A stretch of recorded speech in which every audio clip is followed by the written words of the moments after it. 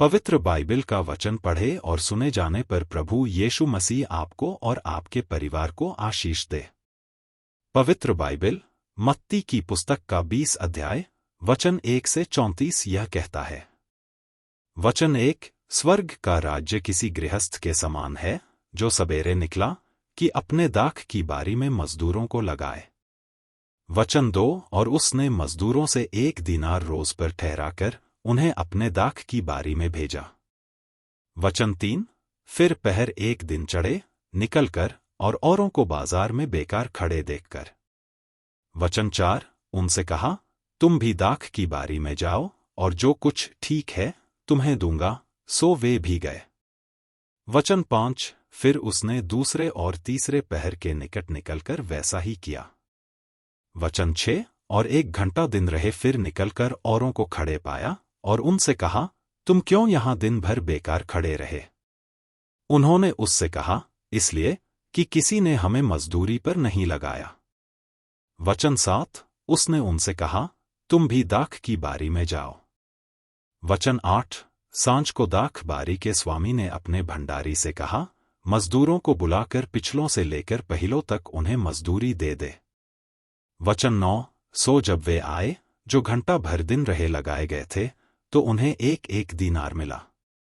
वचन 10, जो पहिले आए उन्होंने यह समझा कि हमें अधिक मिलेगा, परंतु उन्हें भी 1 दीनार मिला।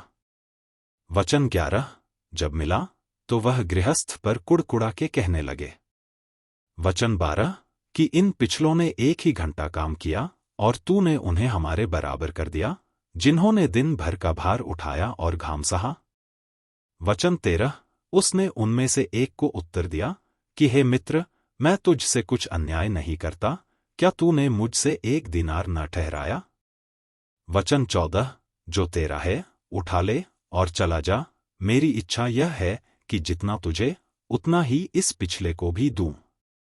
वचन 15, क्या उचित नहीं कि मैं अपने माल से जो चाहूं सो करूं? क्या तू मेरे भले होने के कारण बुरी दृष्टि से देखता है?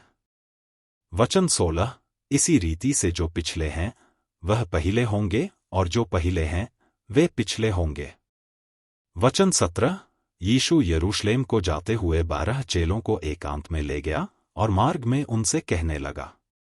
वचन 18, कि देखो हम यरूशलेम को जाते हैं और मनुष्य का पुत्र महायाजकों और शास्त्रियों के हाथ पकड़वाया जाएगा और वे उसको घात के योग्य ठहराएंगे।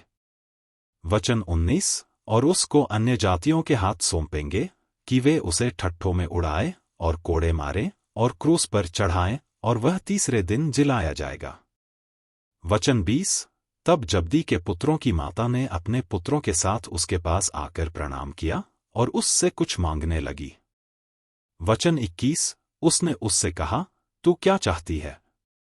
वह उससे बोली, यह कह कि मेरे ये 2 पुत्र तेरे राज्य में एक तेरे दाहिने और एक तेरे बाएं बैठें। वचन 22, यीशु ने उत्तर दिया, तुम नहीं जानते कि क्या मांगते हो।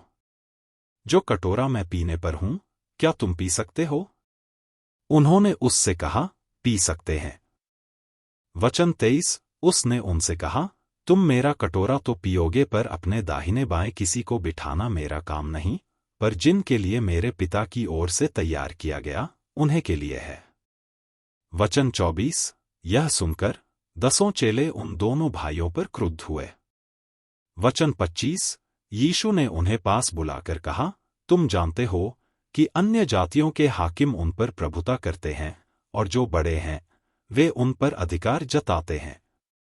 वचन 26, परंतु तुम में ऐसा न होगा, परंतु जो कोई तुम में बड़ा होना चाहे वह तुम्हारा सेवक बने। वचन 27, और जो तुम में प्रधान होना चाहे वह तुम्हारा दास बने।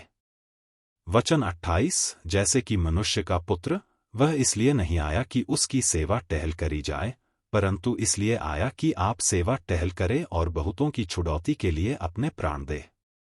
वचन 29, जब वे यरीहो से निकल रहे थे तो एक बड़ी भीड़ उसके पीछे हो ली।